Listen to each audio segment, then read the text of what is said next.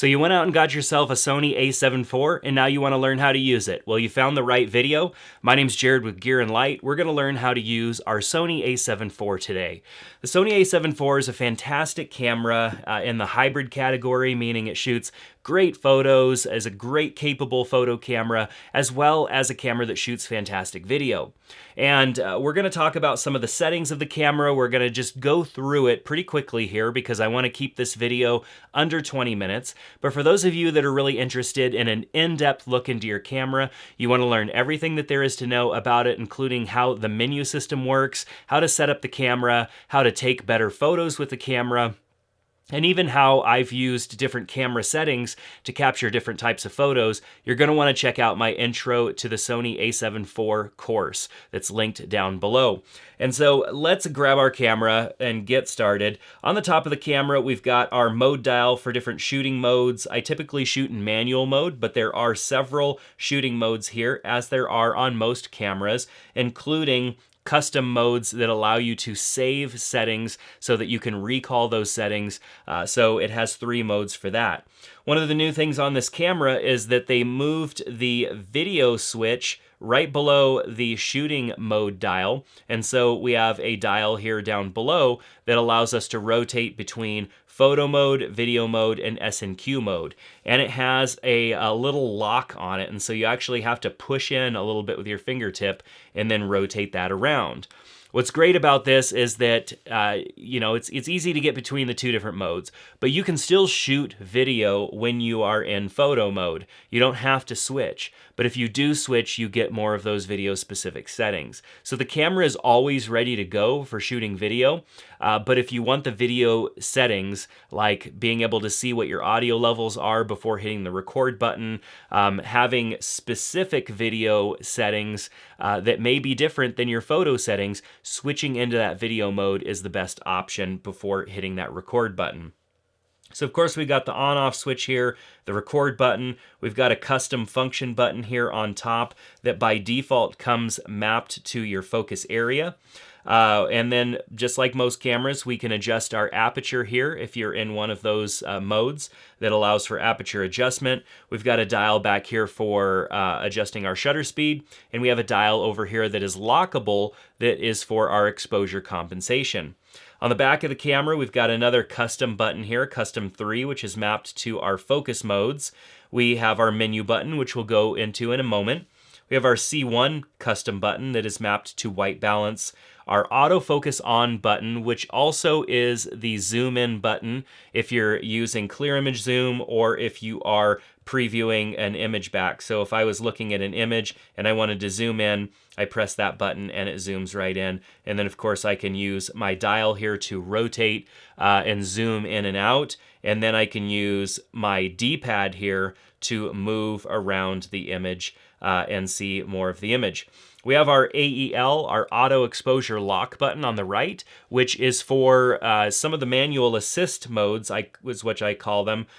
Shutter priority, aperture priority, P for program. AEL locks your exposure. So it's an exposure lock, just like a focus lock. It holds the exposure until you let off, and then it allows the camera to attempt to regain or remeasure exposure and pull exposure. So we have the D-pad, which I showed you in image playback. Because I use a smaller autofocus point, I can actually move my autofocus point around with the D-pad, which I like to do. I like to use the smaller focus point and put it on the area that I want the camera to be capturing focus, rather than giving the camera full rein to capture focus on anything that it can see. I tend to like to limit it down a little bit just to make sure I'm not missing focus on the specific area of what I'm taking a picture of. So for example, I'm shooting real estate. There's a focal point I want in focus in the house, and so I use a selected point rather than letting the camera choose the back wall, which is not what I want in focus. When I'm shooting portraits, even though the camera is getting really good at eye detect autofocus and even which eye is closest to the camera, sometimes I want the camera to not have to think too hard about it, and so I use the selective point autofocus or the flexible autofocus point, which I can easily get to by pressing the C2 button and then changing the autofocus point from like wide or zone down to focus area spot. And then it's medium, small, or large. There's different sizes of a box that you can choose. We also have our function button here, which allows us to choose a bunch of kind of quick action, quick access functions, such as going into drive mode, focus area, our ISO, stuff like that. A lot of these are also accessible by custom function buttons that we've been looking at, but this is another way of accessing them and more. And this whole menu right here is customizable. When I press up on this dial, I can switch between the different display modes and get different information on the screen. If I press to the left, I can get different drive modes, like single shooting, continuous for just holding down the shutter and letting the camera rip and grab as many photos as possible. We've got our countdown timer. We also have a continuous self-timer as well, and some other options that are grayed out because we're not set up for shooting in those modes at the moment. And then pressing over to the right, we get our ISO. One of the things that I have changed is what happens when I rotate this dial.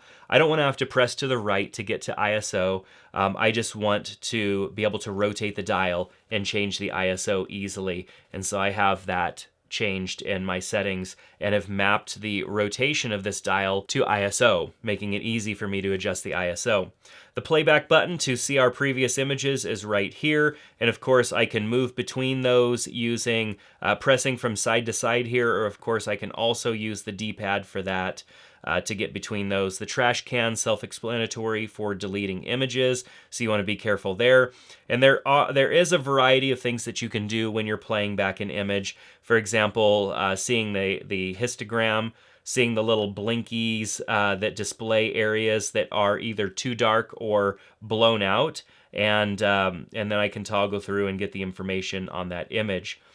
So the camera itself has a door over here on this side that allows you access to your SD cards. The top slot, or slot number 1, also accepts a CF Express Type A card, which I own one of, but I never use because I use these V90 SD cards. And so this is a Lexar V90 SD card, which is the fastest SD cards that they make, and it's more than fast enough for this camera.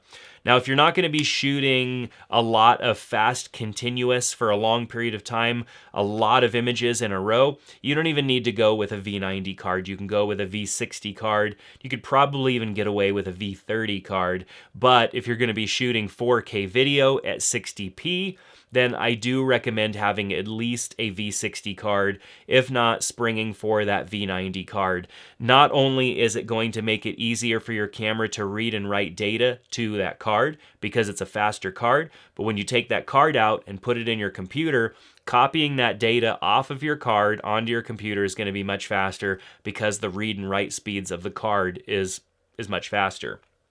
So SD cards, we've got our battery door down here on the bottom, very self-explanatory. And then we've got our port doors over here. We've got behind our big port door a full-size HDMI port for connecting to things like external monitors, televisions, stuff like that. The top door is for our microphone jack, so plugging into an external microphone like this little Rode mic here, which will allow us to get better quality audio than the default microphones that the camera comes with.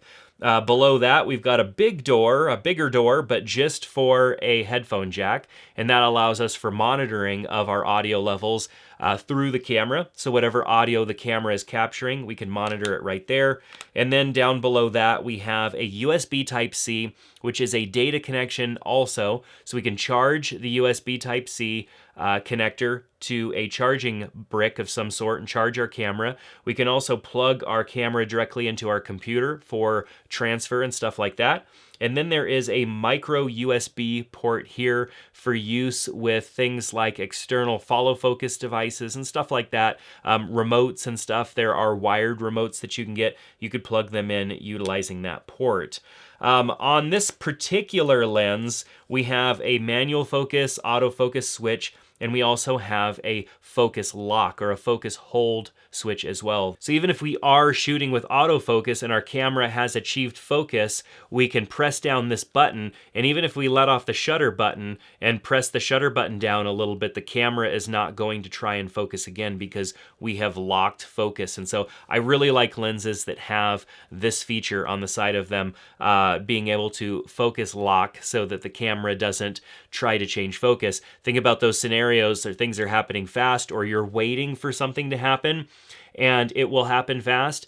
Achieving focus, knowing that your camera has focused on that person or that subject or whatever that action is, and then being able to press on that button to lock focus, and then when it's ready, hit that shutter button and take that picture. It means that the camera won't even momentarily try and achieve focus again, and sometimes that happens, and it happens even more so in lower light situations.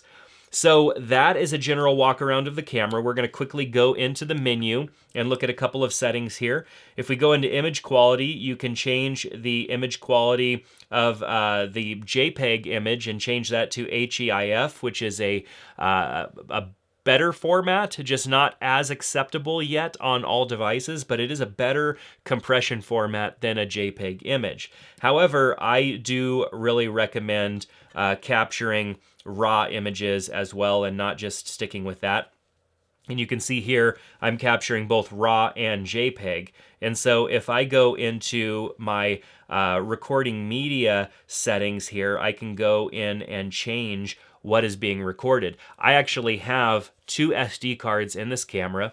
I have the RAW images being recorded to one SD card. I have the JPEG images recorded to the other SD card. And when I shoot video, it's recording video to both SD cards.